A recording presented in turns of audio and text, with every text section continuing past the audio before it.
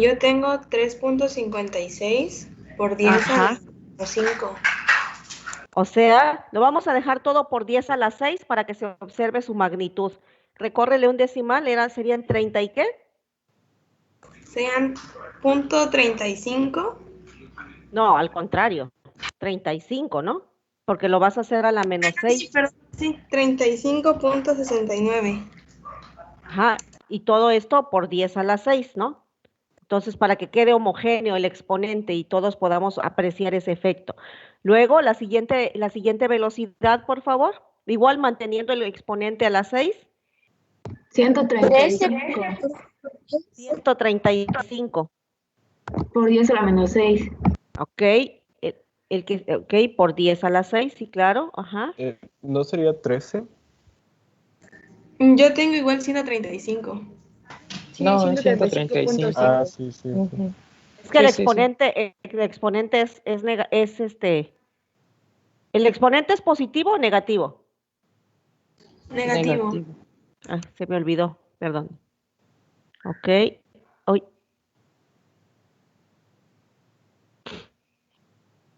Ok.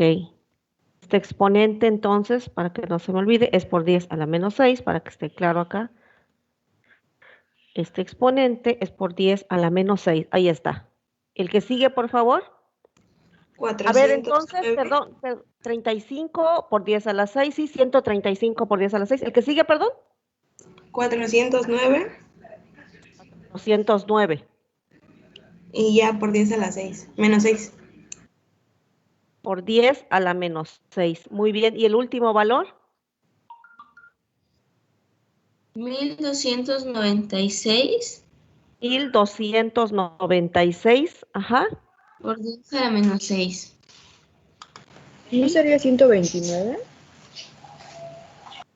No, es 1200. Ujú. Es que ese originalmente es 1.2 por 10 a la menos 3, y si quiere que sea por 10 a la menos 6, pues tiene que ser de esa manera. 1.296 por 10 a la menos 3, pero en este caso específicamente tiene que ser por 10 a la menos 6, por eso. O sea, recuerden. Sí, gracias. Ok, gracias. Ok. Ahora, mucho se ha comentado el hecho de aquel efecto, dicen, una consideración general, muy, muy general, en donde se establece y dicen, más o menos por cada 10 grados centígrados que se aumenta la temperatura de una reacción, se duplica la velocidad. No sé si ustedes han escuchado, leído por ahí una frase así. Dice, en muy general, que más o menos cada 10 grados centígrados que nosotros aumentemos la temperatura, prácticamente se duplica la velocidad de una reacción. Entonces, si son tan amables y me ayudan, por favor, solo para apreciar, a mí me interesa mucho que aprecien algo que pues no estamos observando en el laboratorio. Entonces, yo les quiero pedir, si son tan amables, que esta temperatura en Kelvin la transformemos en centígrados, ¿sale? Para que podamos apreciar,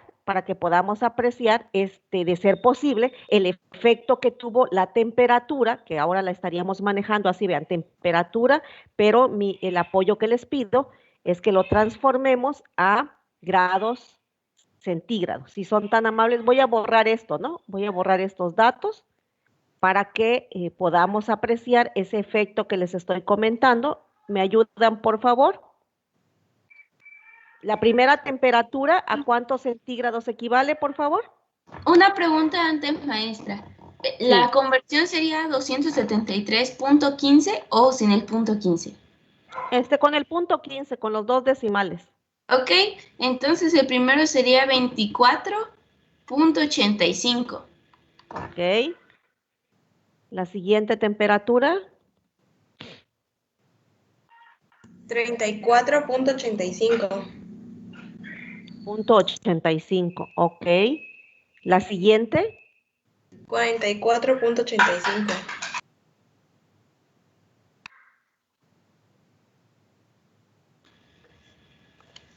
54.85. Y finalmente, Y 64.85. ok. Ok, si ustedes observan, vean ustedes, aquí tenemos una variación de 10 grados Celsius, ¿no? De 24 a 34, de 34 a 44, de 44 a 54, de 54 a 64. Ahora, traten ustedes de sacar la proporción y díganme, por favor, ¿cuántas veces aumentó la velocidad de 24 a 34 grados Celsius? Aquí tienen ustedes la relación. ¿Cuántas veces aumentó?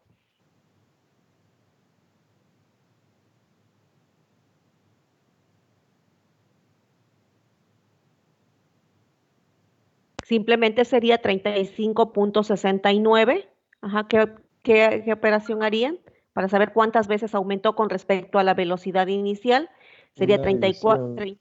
exactamente, 35.69, 3.8. 3.8. Entonces, en este caso, vean, 3.8 veces aumentó la velocidad con un incremento de 10 grados Celsius.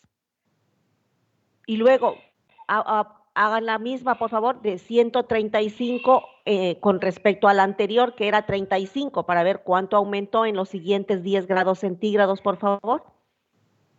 En esa 3.78. Es 3 casi lo mismo. puntos, Ujú. que es casi lo mismo. Ok, vamos bien. Ahora, la última, por favor, de 64 con respecto a 54 grados Celsius.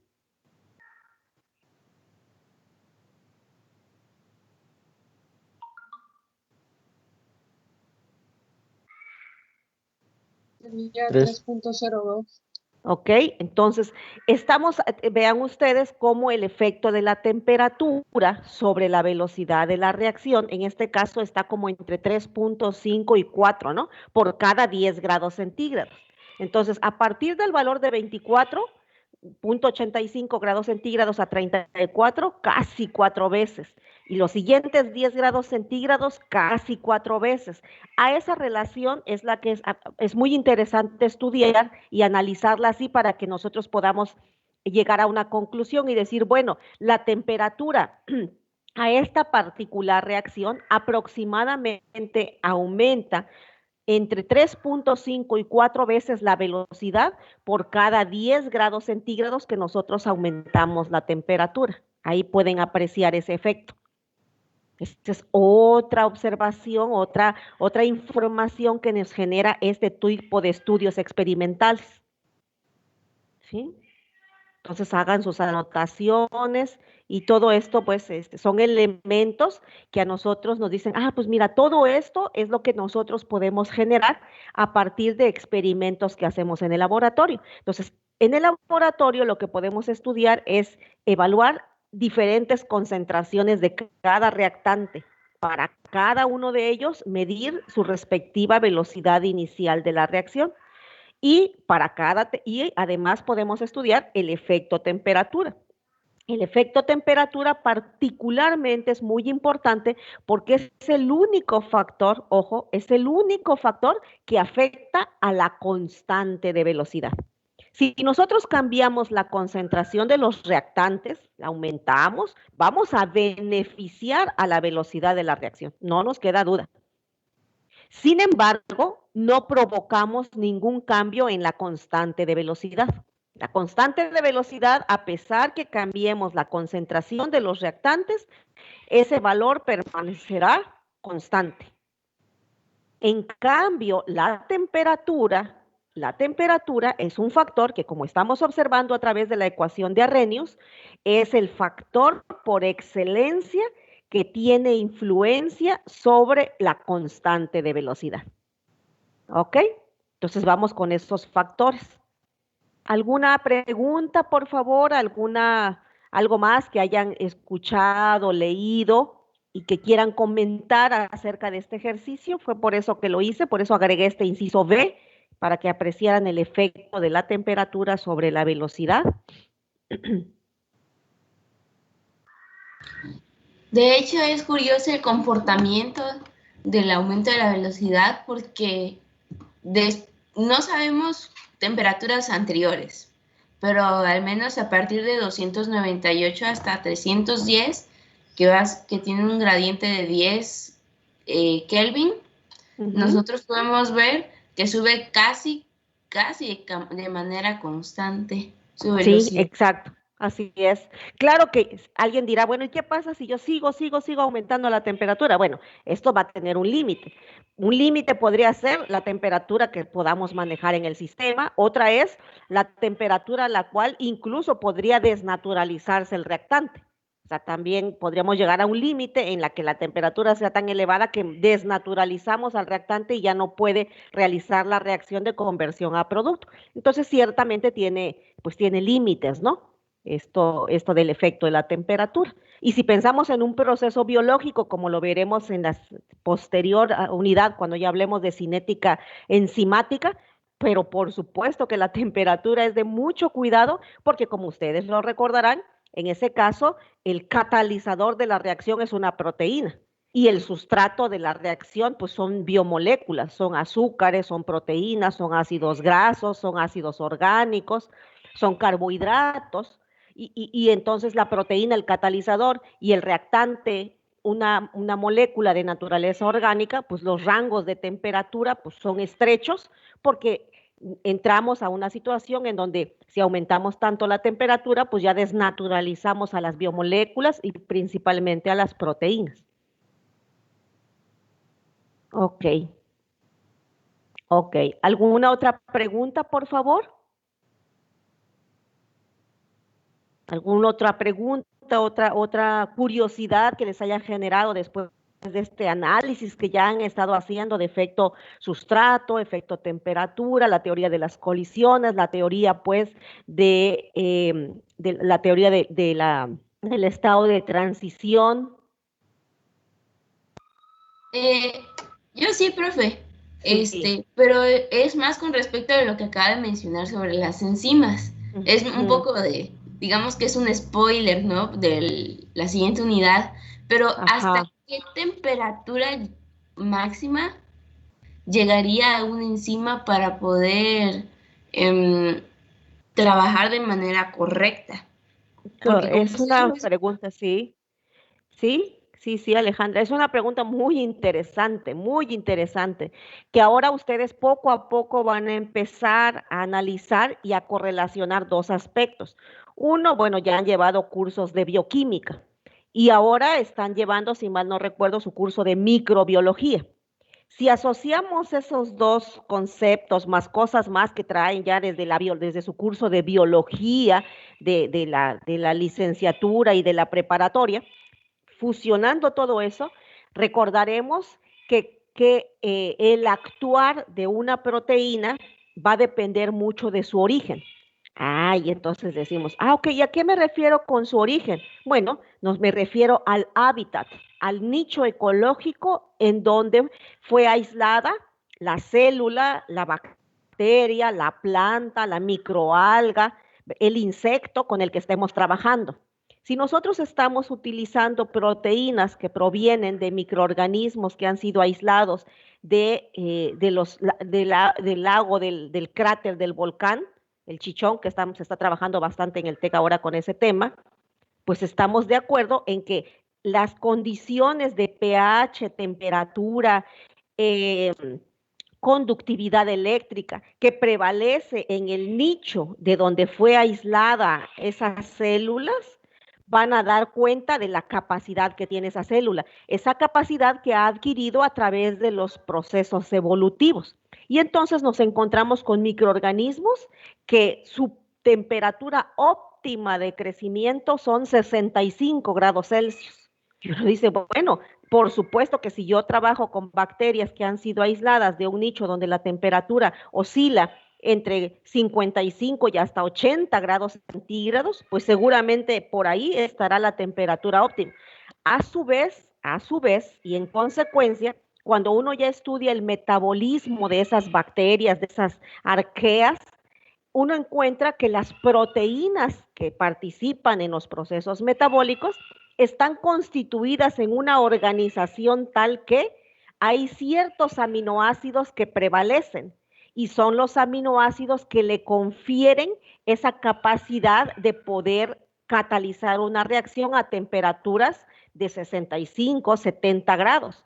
Cosa que si la comparáramos con una bacteria que nosotros hemos aislado del medio ambiente del suelo, de nuestro tecnológico, por ejemplo, del jardín de la casa, pues las temperaturas oscilan en no más de 35 grados centígrados. Entonces, seguramente entre 25 y 35 encontraremos la temperatura óptima, que a su vez, cuando estudiamos la composición de las proteínas, encontramos que prevalecen cierto tipo de aminoácidos o que están asociados con otros elementos que son los que le confieren esta estabilidad estructural, manteniéndose activas a una temperatura particular.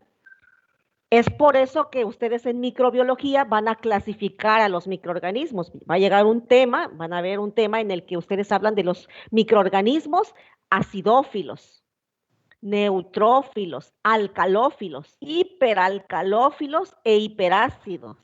Van a hablar de microorganismos que son mesofílicos, cicrofílicos, termofílicos y termodúricos, que es una clasificación que se le da a los microorganismos, a las células en general, en función del pH y la temperatura respectiva a la que crecen de mejor manera.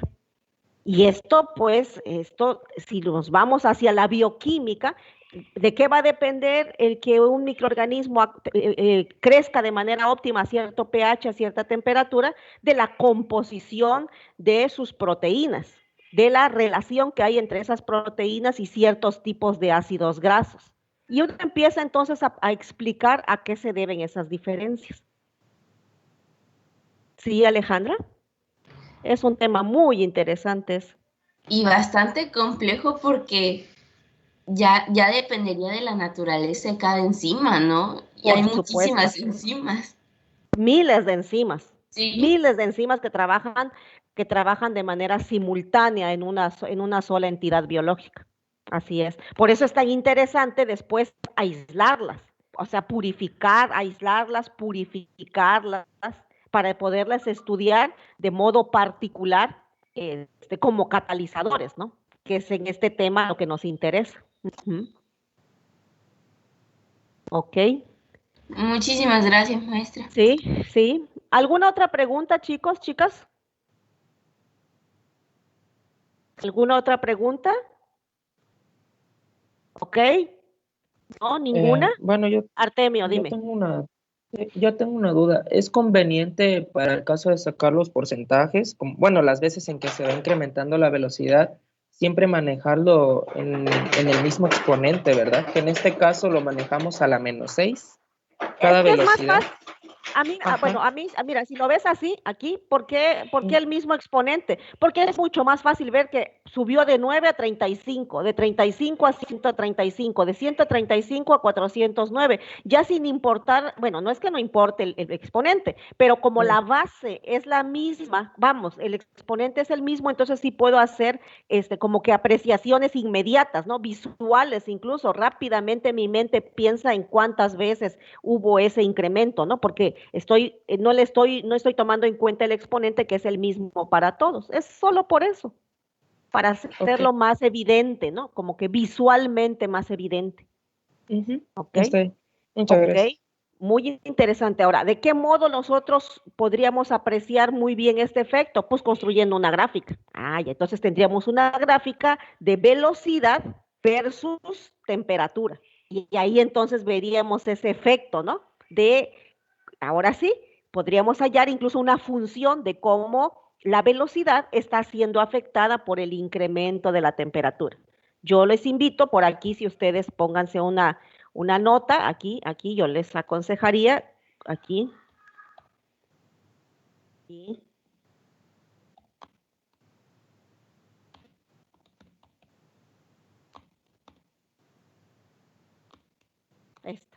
Construir y analizar la gráfica de velocidad versus temperatura. Esa será una gráfica muy interesante que yo los invito a que la construyan y nuevamente esto te va dando cada vez como que más visión de lo que estás haciendo, ¿no? Más experiencia, más intuición, etcétera. ¿Ok? Ok, muy bien. Entonces, ninguna otra pregunta más. Correcto. Ahora bien, nosotros entonces estamos hablando del efecto temperatura. Ya entonces hablamos del efecto concentración, hablamos del estado de agregación de la materia, de lo importante que es la estructura y la naturaleza química de los reactantes para que pueda haber afinidad durante la reacción, la concentración, ahora el efecto de temperatura. Nos queda por hablar del efecto de los catalizadores. Pero antes de entrar al tema del efecto de los catalizadores, tienen por ahí, no sé si alguno tuvo la oportunidad de abrir el archivo de ejercicios, porque van a trabajar pues con esos ejercicios y cualquier otro ejercicio que esté en el texto del Chan que estamos usando como referencia, pero pues ustedes pueden abrir otros, hay ligas, hay videos con varios ejercicios, etcétera. Entonces, no sé qué deseen, si empezamos con algún ejercicio, si analizamos algún ejercicio que ustedes hayan intentado resolver y que quisieran un punto de vista para estar seguros de la solución de ese ejercicio antes de continuar. No sé si alguien tuvo esa oportunidad. ¿Alguien revisó su paquete de ejercicios, jóvenes? En mi caso, sí, si habla de los que mandó y subió a Moodle, estuve revisando, bueno, el ejercicio 2, lo analicé y para encontrar, por ejemplo,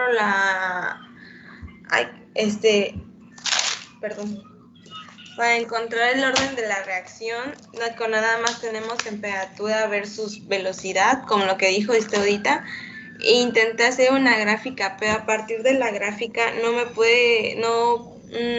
pude concentrarme y determinar el orden. Entonces, mi pensar fue que se podría calcular K despejando de la fórmula de velocidad, igualándolo a K y poniendo el orden 0, primero y segundo. Ok. Y a partir, pero mi duda es que si la velocidad tendrá las mismas unidades, o sea, molar sobre tiempo. Porque porque aquí lo marca como mol por litro a la -1 entre segundo a la -1. Que es lo mismo que molar sobre segundo, ¿no? O sea, ok. Estamos a ver, si me regalan su atención, su compañera está analizando aquí el ejercicio 2, que es este que tenemos aquí. Este es el ejercicio 2. El ejercicio 2 dice que en la reacción de A, que se transforma a B, se ha calculado experimentalmente que para una concentración inicial del reactante A de 0.02, de 0.03 y 0.05 mol por litro, la velocidad de reacción respectiva, ¿verdad? Fue esas tres que están ahí, 4.8 por 10 a la -6, 1.08 por 10 a la -5 y 3 por 10 a la -5 mol sobre litro por segundo. Ciertamente son unidades de velocidad. ¿Qué nos están dando? Nos están dando, digamos que 3 concentraciones iniciales de reactante con sus respectivas 3 velocidades de reacción y nos piden calcular el orden de la reacción. Entonces, aquí la pregunta es, bueno, ¿cómo plantear ese cálculo? Y lo que tú comentas es una alternativa correcta, Daisy, es evaluar las 3 diferentes órdenes de reacción, ¿verdad? Para ver con cuál de ellos el valor de la constante responde a la respectiva velocidad de la reacción. Es correcta esa alternativa de solución, esa alternativa es una buena alternativa, Daisy, la que tú estás proponiendo. ¿Sí? ¿Sí hallaste entonces identificaste de qué orden es esta reacción? No, ahí tuve un poco de dudas por la misma de las unidades. Por ejemplo. Pero las unidades son correctas. Aquí las unidades están bien. Mol sobre litro para concentración y mol sobre litro por segundo para velocidad. Ah, sí, pero evaluando la velocidad con la constante, con la K, Las Sí. unidades, por ejemplo, el que me salió el orden cero, me salió molar por segundo a la -1, que es igual a la velocidad. El, Claro, claro, el claro, del así tiene. orden 1 me salió, perdón. De hecho, es correcto. ¿Te acuerdas que ya el día que nosotros hicimos la deducción de primer orden, segundo orden y orden cero, llegamos a la conclusión de cuáles unidades son las que debería tener la constante de velocidad cuando es de orden cero, primer orden y segundo orden? ¿Sí te acuerdas de eso? Cambian las unidades de K según el orden de la reacción, claro. Sí, en eso sí lo tengo en mente. Entonces, ciertamente, cuando tú calculas el valor de la constante de velocidad, van a ser diferentes las unidades cuando le des el tratamiento de orden cero, cuando le des el tratamiento de primer orden y de segundo orden. Sí.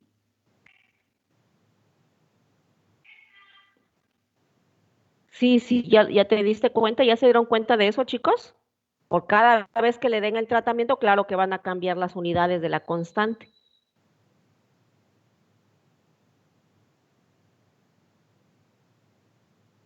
Yo tengo una pregunta, pero quizás suene un poco tonta. Ya que tengo mis unidades en las distintas constantes de K, y por ejemplo, en la de orden cero, como les digo, me salió la misma que la velocidad, molar a la -1, molar por segundo a la -1. En la de orden 1, mi duda fue ahí porque me salió 1 entre segundo. Entonces, a Claro, partir claro. de eso, ¿cómo puedo diferenciar el orden? Es que ahí, porque me salió del orden cero y orden 1 bien, No, pero no, es que cuando tú le das tratamiento de orden cero, tú debes obtener tres valores de K. Debes obtener tres valores de K, un valor de la constante de velocidad para la primera concentración, un valor de K para la segunda concentración y un valor de K para la tercera concentración. Aquí el criterio es que se supone que si el orden de la reacción es correcto, el valor de la constante de velocidad debe ser el mismo independientemente de las tres diferentes concentraciones del reactante. Esa es la prueba, pues, porque la está sometiendo a la prueba de orden cero, pero a las tres velocidades, a las tres concentraciones, pues, y te debe dar el mismo valor de K, y ese sería el criterio para decir que es de orden cero, o de primer orden, o de segundo orden. entonces el tratamiento se lo debo de aplicar a todos mis datos. Claro, por supuesto, Ok. por supuesto, por Gracias. supuesto. Esa es una técnica, esa es una estrategia. La otra estrategia es la que habíamos comentado antes, ¿no? La de tomar un par de valores y poder calcular el valor de alfa, como le hicimos en alguna ocasión ya también en otro ejercicio. Porque en este caso tienen al único reactante, no tienen dos, solo es un reactante. Pueden tomar el par de 0.02 con 0.03 o el par de 0.03 con 0.05 o el par de 0.02 con 0.05 y trabajar el sistema de ecuaciones y calcular el valor de alfa. Esa es la otra estrategia, ¿no? Ok. Entonces, quiero pensar, chicos, que no tuvieron oportunidad de resolver, de atender algún ejercicio. Con toda confianza, no hay problema. Tienen tiempo, pues. Yo solo quería saber si alguien tuvo la oportunidad de verlo y tuvo la amabilidad de intentar algún ejercicio para que si hubiera alguna duda, pues yo los pueda aclarar. Porque si no lo han intentado, pues, ¿qué les puedo aclarar si no lo han intentado? ¿Qué me dicen, Carla? Christopher, Patricia, ¿qué me pueden comentar?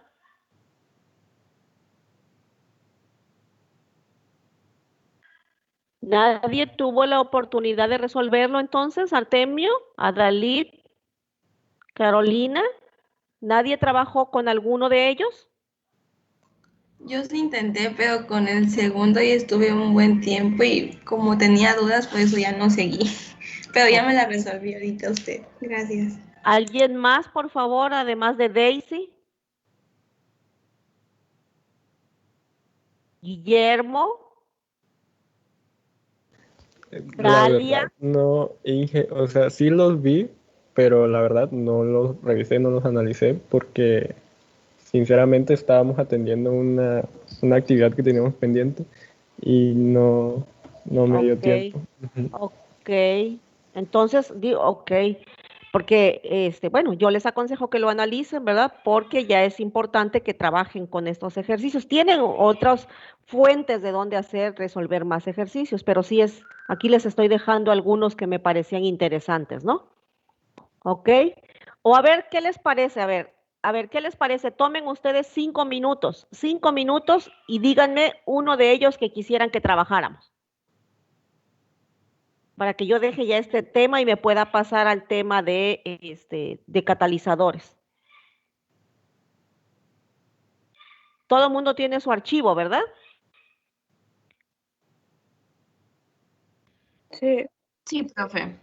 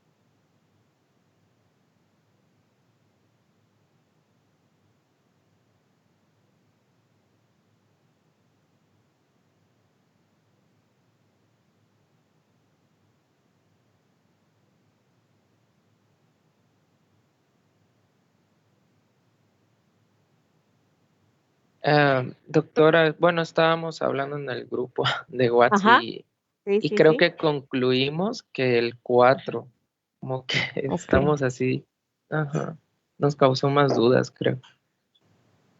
Ah, ok, ok. Por favor, profe. Sí, sí, sí, cómo no, pues de eso se trata, pues ahora, ok, vámonos a trabajar ese ejercicio. Ok, nos estorbes, ok. Bueno, mejor me lo voy a llevar.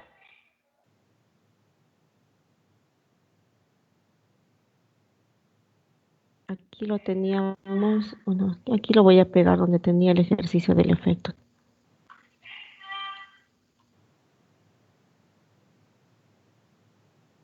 Bien. Ok, ahí tenemos nosotros este ejercicio. Muy bien.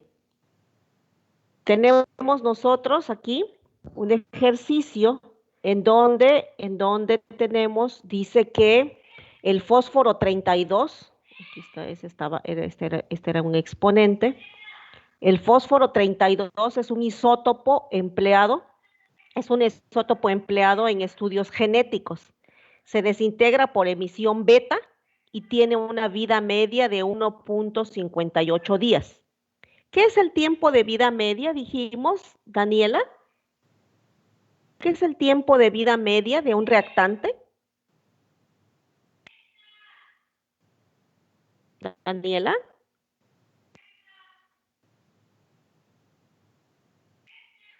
Frida. Frida, ¿qué es el tiempo de vida media de un reactante?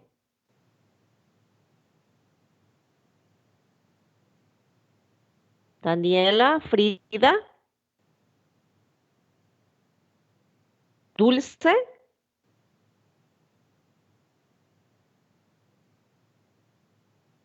Chicas, ¿están por ahí?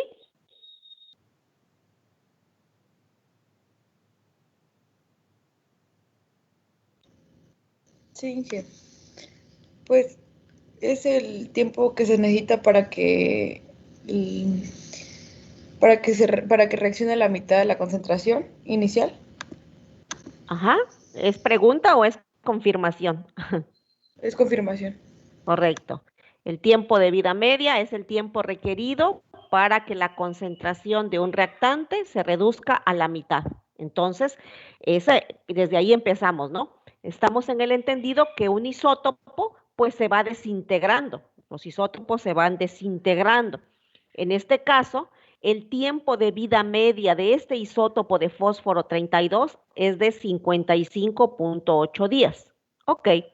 Entonces, dice aquí el ejercicio, ciertos desechos celulares que contienen 0.92 curios de fósforo 32, entonces, ¿por qué hubo un material que se utilizó marcado radioactivamente, ¿verdad? Y contiene 0.91 curios. Estos desechos celulares se deben eliminar cuando la radioactividad haya descendido a 0.12 curios. Ok. Calcule el tiempo que los desechos deben almacenarse antes de ser eliminados. Considere que la reacción es de segundo orden. Ok. Pregunto a ustedes si estamos de acuerdo. Esto me está indicando que la velocidad es igual a K multiplicado por ¿qué? ¿Se acuerdan ustedes? Por la concentración del reactante A. ¿Se acuerdan ustedes? Si es de segundo orden, ¿a qué potencia está elevado beta o alfa? Al cuadrado. Al cuadrado. Ahí está la expresión. Ok. ¿Se acuerdan de esta? Ya la trabajamos. Ok. Cuando una reacción es de segundo orden, chicos, chicas, ¿se acuerdan? Vayan ustedes a sus notas cuando hicimos esta deducción. ¿Cómo calculábamos el tiempo de vida media de un reactante? Porque hicimos el despeje, hicimos el tratamiento, solo vayan a sus notas. ¿Cómo calculamos el tiempo de vida media del reactante? Tiempo de vida media es igual a 1 sobre concentración, sobre K por concentración. 1 sobre K por la concentración del reactante. ¿Es correcto? Sí. Todo el mundo vaya a sus notas, por favor, para que no nos perdamos ni un poquito de lo que estamos haciendo. Todo el Sí. mundo, por favor, recuerde que nosotros ya hasta en las diapositivas, ¿sí? ¿Sí? Ahí Sí. está. ¿Ok? Luego también de esta expresión, voy a moverme tantito, por favor, a una tabla que yo les aconsejé que tuviésemos como referencia porque estaba resumido todo lo de, aquí está. ¿Se acuerdan de esta tabla? Aquí está. Aquí están las ecuaciones de orden 0, primer orden y segundo orden. Aquí entonces nuestra reacción es esta. Esta es la reacción. ¿Sí? Ok. Esta es la reacción de segundo orden. De segundo orden. Acuérdense de esta expresión también de la línea recta acá, esta que estoy señalando, que proviene, ¿se acuerdan ustedes de cuando nosotros resolvimos la integral de esta expresión de velocidad? Todo el mundo lo tiene aquí bien. Estamos en una reacción de segundo orden. Ok. Entonces, recordando eso, por favor, esa es la parte que estamos recordando en este ejercicio. Ok.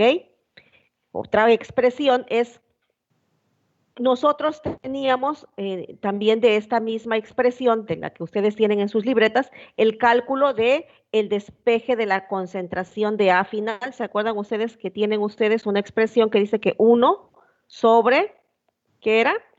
A final. ¿Me ayudan, por favor? ¿Era esta? ¿Es igual a qué? ¿Se acuerdan ustedes? Acá por T A más más 1 más 1, entre exactamente. concentración inicial.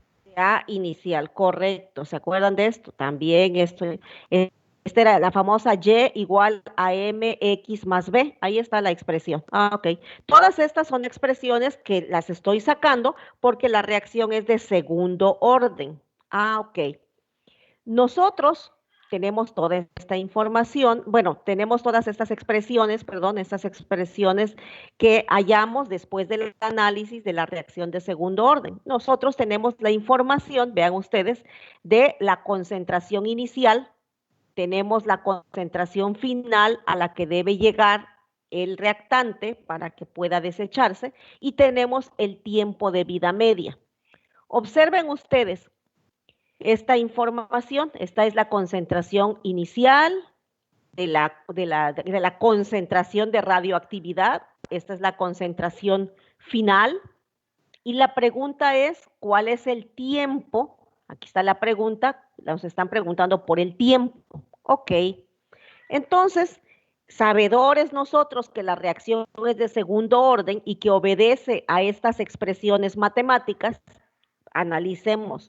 ¿Cuál expresión nos sería de utilidad para responder a esta pregunta y cuántas incógnitas tendríamos?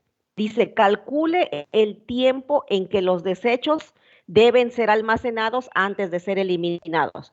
¿Cuál tiempo me estoy preguntando? Pues estoy preguntando en cuánto tiempo .91 curios se reduce hasta .12 curios. Esa es la pregunta. ¿Cuánto tiempo llevará para que se consuma esa radioactividad, para que se desintegre y desaparezca esa radioactividad? Y me están dando un dato muy importante. Me están dando, repito, el tiempo de vida media. Ok. ¿Con qué expresión de nuestras ecuaciones empezamos? ¿Qué cálculo podríamos hacer en un principio? ¿Qué proponen?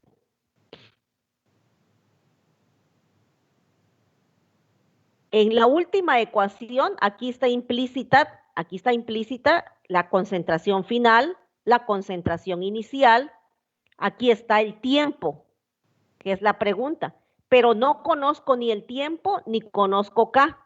Entonces, en la ecuación en la ecuación última, tenemos una ecuación en donde hay dos incógnitas, por lo tanto, no la podría utilizar en este momento. ¿Cuál ecuación sí podríamos usar en este momento? Creo que el tiempo de vida media, despejándolo por los 15.8, pasándolo a una unidad de tiempo, que no, pues, no se pueden ser horas, minutos, segundos, y ya sustituyéndolo en tiempo de vida media es igual a 1 sobre K para buscar K.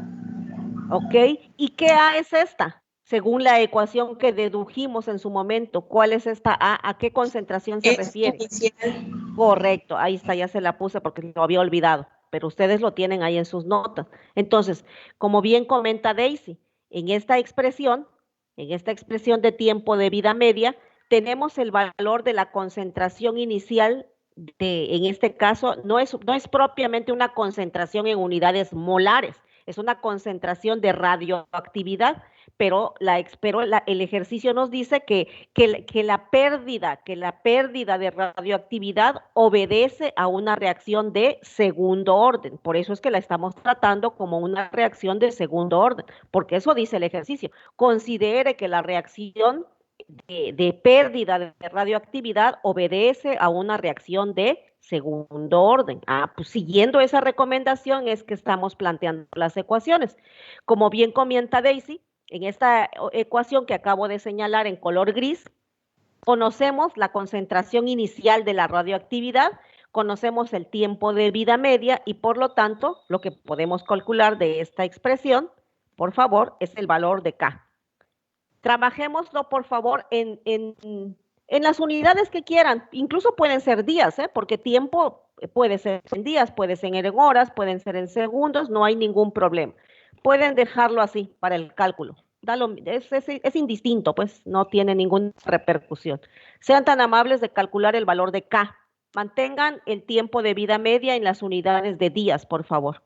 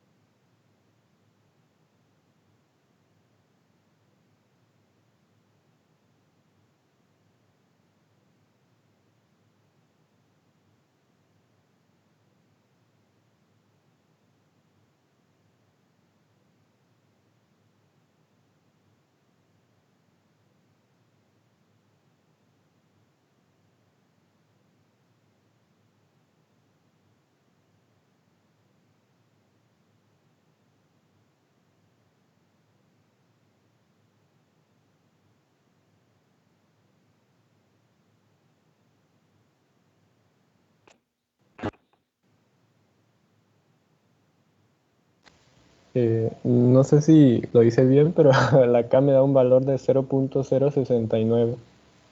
¿En qué unidades? Me da exactamente lo mismo. ¿En qué unidades? Sería días a la -1 por curios a la -1. ¿Todos de acuerdo? Sí. Sí. Sí. Días a la -1 por curios a la -1, dice su compañero. De hecho, ya habíamos nosotros en alguna ocasión hecho un análisis semejante cuando hablábamos de concentraciones molares, ¿no? Que es lo más común que usemos cuando preparamos alguna reacción química, ¿no? ¿Ok? Ya tenemos entonces el valor de K. Entonces ya tenemos, esta es la constante de velocidad a esta velocidad es a la cual se está eliminando, está eliminándose la radioactividad de este fósforo 32. Ahora sí, ya tenemos el valor de K y regresamos a la última expresión, en donde ahora ya conocemos la concentración final, la concentración inicial, conocemos el valor de la constante de velocidad y solo nos estamos preguntando por el tiempo. Entonces, si son tan amables, calculen el tiempo requerido para que la concentración alcance el valor adecuado para poder ser desechado. ¿En cuánto tiempo debemos almacenar ese material biológico?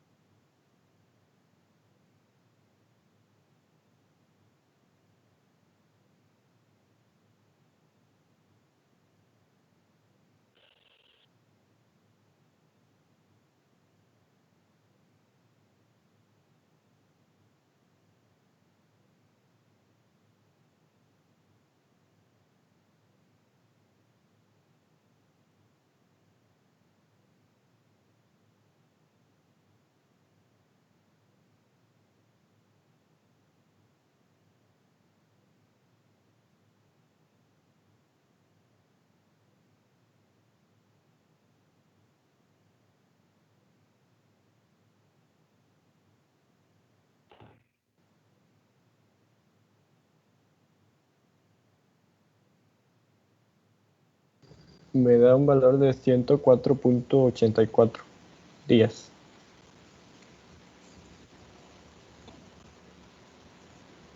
Sí, igual a mí me Gracias. dio Me da lo mismo igual. Ok. Ok.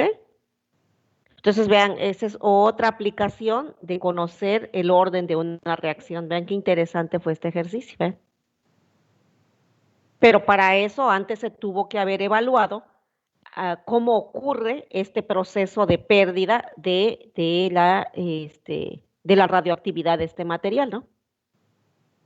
Y se evidenció que la reacción de pérdida obedece a una reacción de segundo orden. Y gracias a esta información del orden de una reacción, nosotros podemos preguntarnos por en cuánto tiempo entonces la radioactividad será de tal valor o de este otro valor, la pregunta que tú quieras con respecto a lo que estará ocurriendo con la radioactividad en cualquier momento, porque ya conoces la expresión de velocidad. Esa es un efecto, esa es, perdón, una consecuencia muy importante de conocer el orden de una reacción. Podemos predecir muchas cosas con esa expresión de velocidad. Entonces, vean que el ejercicio no estaba nada complicado, solamente lo interesante era identificar, pues lo que nos decía acá, que la reacción, aquí la clave estaba acá, ¿no? Que la reacción es de segundo orden. Al ser de segundo orden, bueno, lo que hicimos fue rescatar las ecuaciones que generamos en su momento para una reacción de primer orden. Una vez teniendo las ecuaciones, uno dice, bueno, y ahora, ¿cómo lo relaciono con lo que me están dando?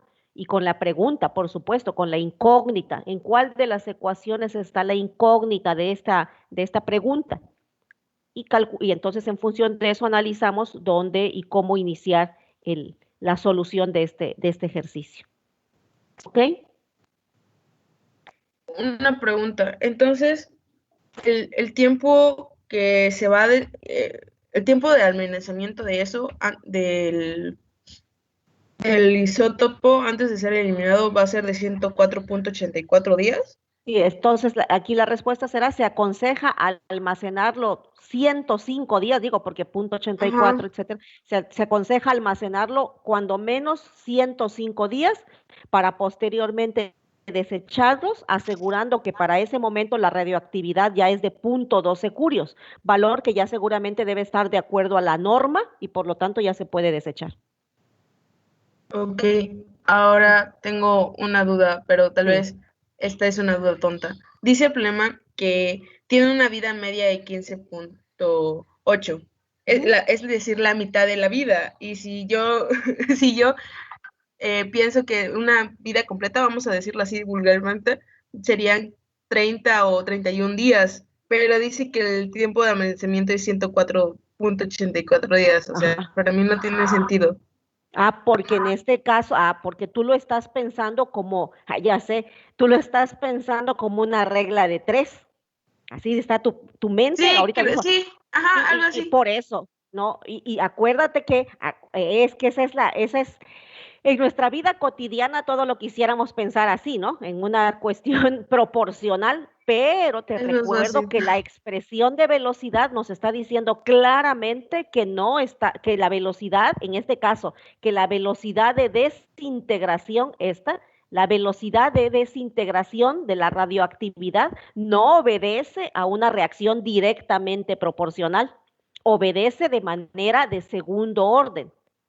Entonces, dada esa circunstancia, no sería para nada posible pensar en que va a ocurrir del modo que tú lo dices, ¿sí? Porque acuérdate, Ok. acuérdate que en el tiempo de vida media, y acuérdate que aquí está la clave, el tiempo de vida media de este reactante tiene mucho que ver no solo con la velocidad, sino también con la concentración inicial del reactante. Entonces, si tú cambias la concentración inicial del reactante, en este caso sí va a tener una gran repercusión sobre el tiempo de vida media. Entonces, quiere decir que cada vez que se está desintegrando, tienes una nueva concentración inicial para el siguiente tiempo. Y esta concentración va a repercutir en el tiempo posterior. Por eso es que no se puede analizar como una regla de 3. Porque, Ok. porque la velocidad está obedeciendo a una reacción de segundo orden. Y precisamente por eso es importante hacerlo, porque de no entender este fundamento, todo mundo se va siempre, así como que nos vamos por la lógica de decir, bueno, pues y todo lo queremos sacar proporcional, y no es así. No todas las reacciones obedecen así. Creo que ya lo entendí. Muchas gracias. Ok, de nada. Ok, bueno, entonces ahí tenemos ese ejercicio. Hay un ejercicio acá donde lo tengo, ejercicios, aquí está. Este ejercicio, me voy a permitir separarlo un poquito para que lo vean. Este ejercicio, el 6, me voy a mover tantito, este es el ejercicio 6, ¿sale, chicos, chicas? Acá.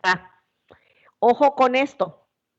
En este ejercicio, ustedes ven que en lugar de darnos valores de, ojo, aquí está, en lugar de darnos valores de concentraciones, nos están dando valores de presiones.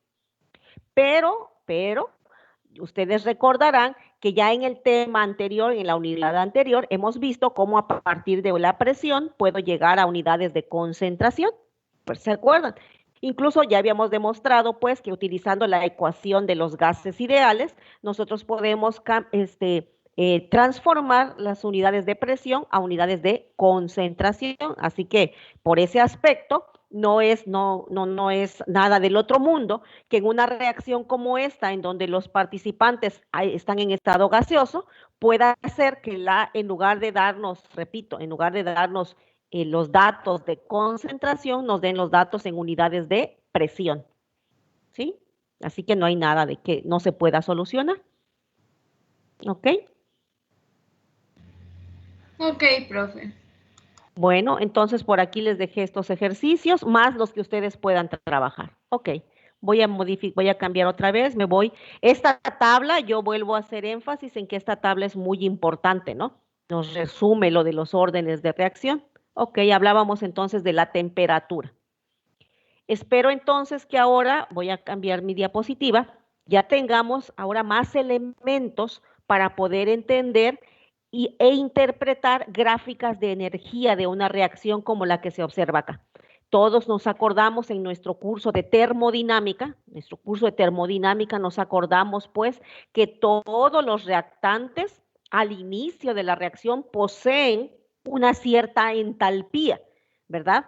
Y que esta energía, ¿verdad? Es la energía con la que inician. Ya una vez que están en el sistema, dentro del sistema va a tener cierta temperatura, cierta presión y van a empezar a ver las interacciones entre las moléculas.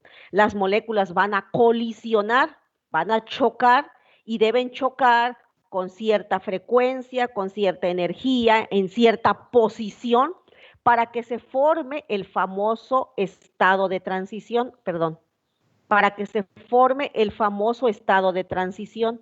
Este estado de transición es muy importante y en función de cuántas moléculas es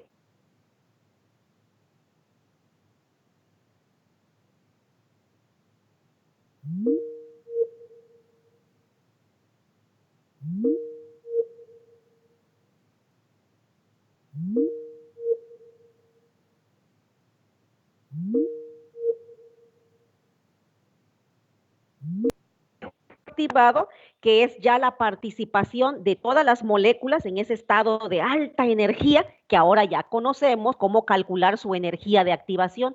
¿Cuánta energía de activación requiere una reacción para alcanzar ese complejo activado que desarrollábamos en química orgánica? Pues ahora ya sabemos cómo se calcula. Vean cómo se suman pues los conocimientos. Si sumamos el que ustedes ya conocen, el desarrollo y cómo plantear el mecanismo de una reacción, en termodinámica saben usar tablas para establecer las entalpías iniciales de los reactantes y pueden ustedes establecer cómo sería la estructura de ese complejo activado. Ahora ya pueden calcular la energía de activación y pueden incluso tener una idea de la frecuencia de colisiones que estarían ocurriendo con esa energía. Una vez que se ha desarrollado esta reacción y han desarrollado el mecanismo, con esta energía de activación suficiente, saben que va a ocurrir la formación, la ruptura de enlaces originales para dar paso a la formación de nuevos enlaces que nos va a permitir la formación de los productos. Entendemos que la energía, que la entalpía que poseen estos productos pueden ser mayor o menor que la que tenían los reactantes, y eso nos va a ayudar a explicar si la reacción fue exotérmica o endotérmica. Entonces vean cuánto podemos interpretar de este tipo de gráficas. ¿Sí?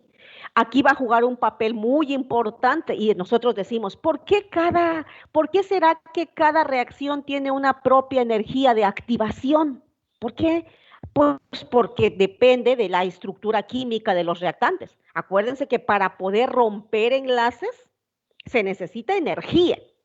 Y uno dice, ok, entonces esto significa que si tengo en mis reactantes enlaces covalentes y tengo en otra reacción, en mis reactantes, enlaces que nada más son por puente de hidrógeno o por atracción electrostática, pues entonces digo, me regreso a mi curso de química y digo, con razón, y por eso hablábamos de que dependiendo del tipo de enlace, será la cantidad de energía que se requiera para romperlos.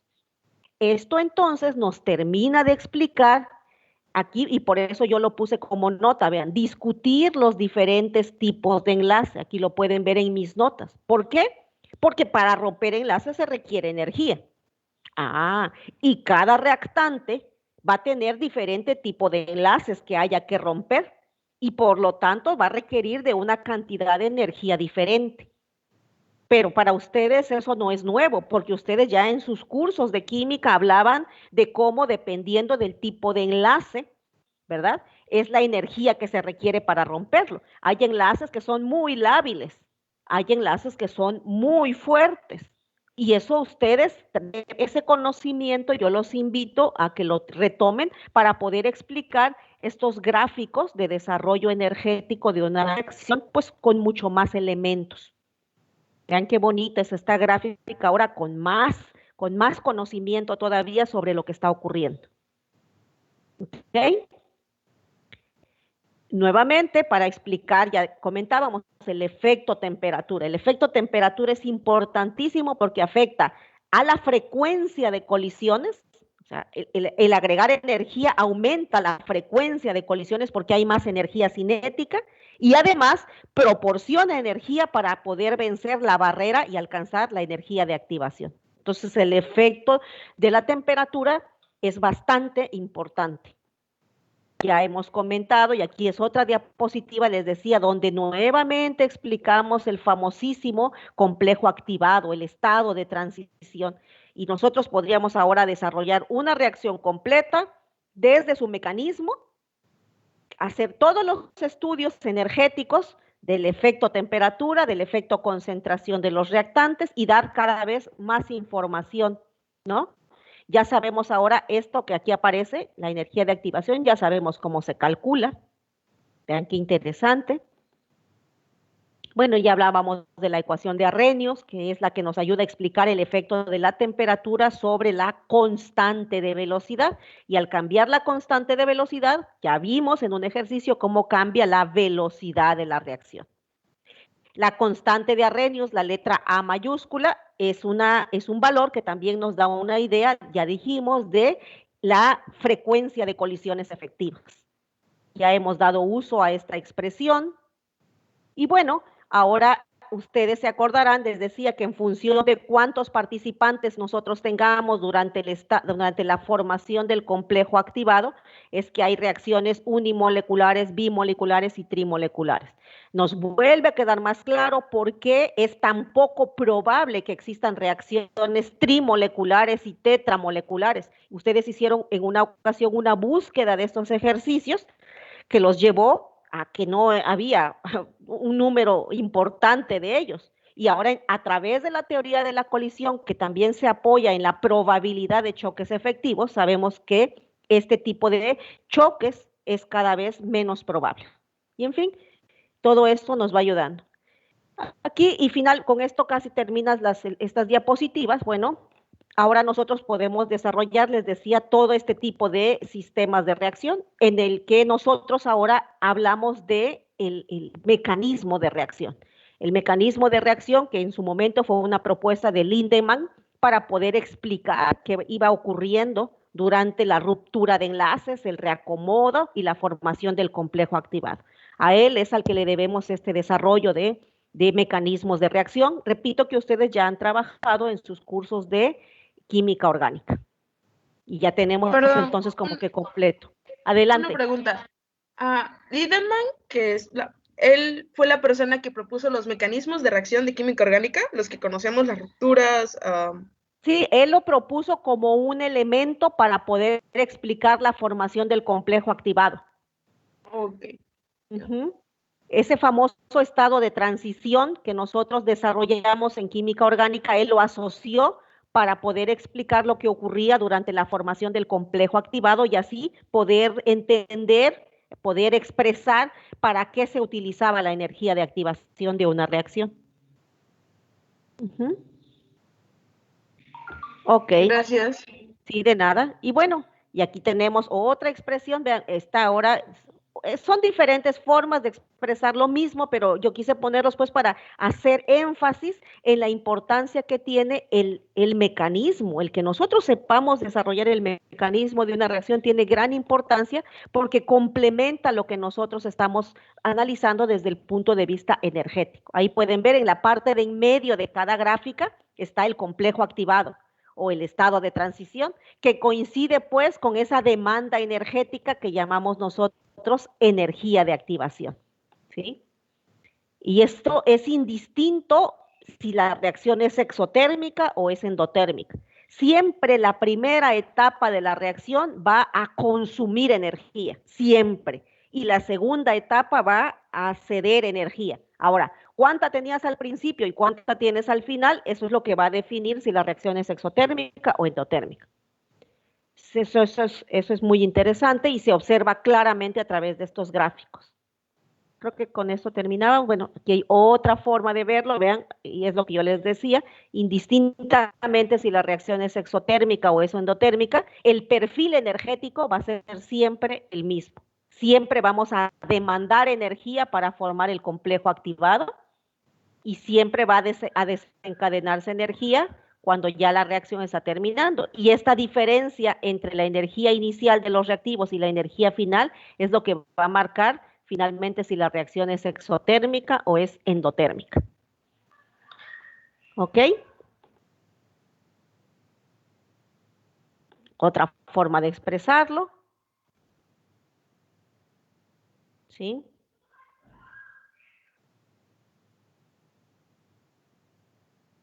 Vean esta otra diapositiva, estoy haciendo énfasis en el famoso complejo activado, vean. Una reacción de isomerización, vean, aquí está el complejo activado y está colocado aquí en la cúspide, ¿no? Aquí está. ¿Sí?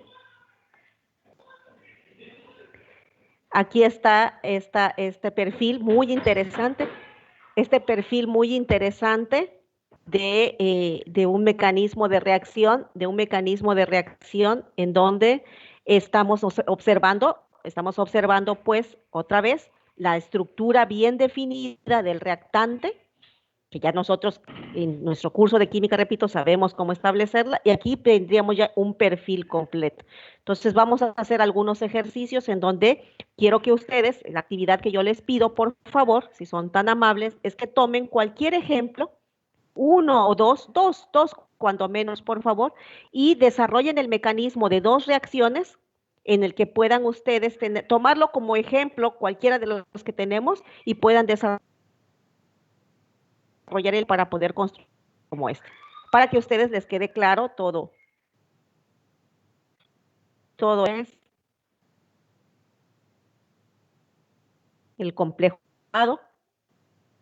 Y bueno, aquí quise poner una especie de resumen, no sé si todo el mundo lo puede ver, para que ustedes recapitulen en él.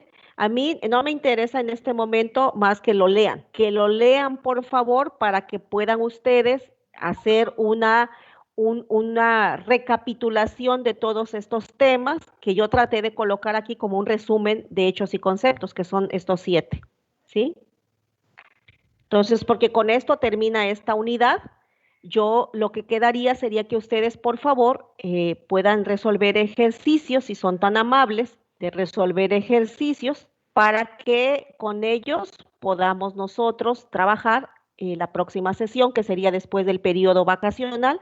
Tienen ustedes ejercicios, tienen material que yo les pido, por favor, que lo lean, que lo analicen, para que hagan suyo todos estos principios, todas estas conclusiones a las que podemos llegar, y ya dar paso al último factor, que son los catalizadores de la reacción.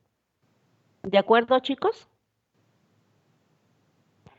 Hasta que trabajemos ejercicios, seguro estoy que por ahí va a salir alguna duda, algún concepto que quieran que recapitulemos, entonces será muy importante que los resuelvan y que podamos nosotros en la próxima sesión ya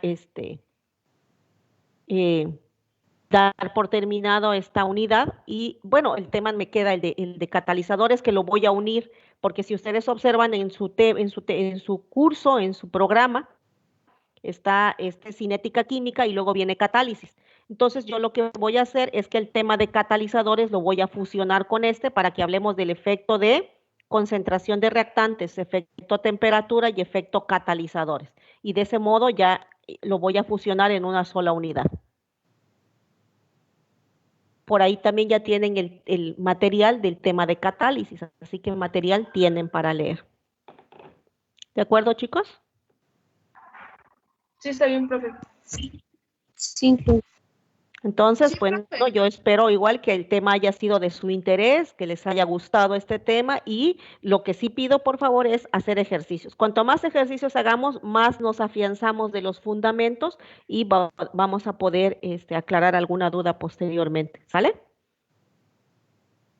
Yo los voy a dejar el día de hoy porque tengo a las 9:30, tengo una revisión de tutoría de tesis, entonces yo acepté que iba a entrar a la reunión a las 9:30, por lo tanto, el día de hoy tenía planeado nada más darles un poco más de una hora de sesión, ¿de acuerdo?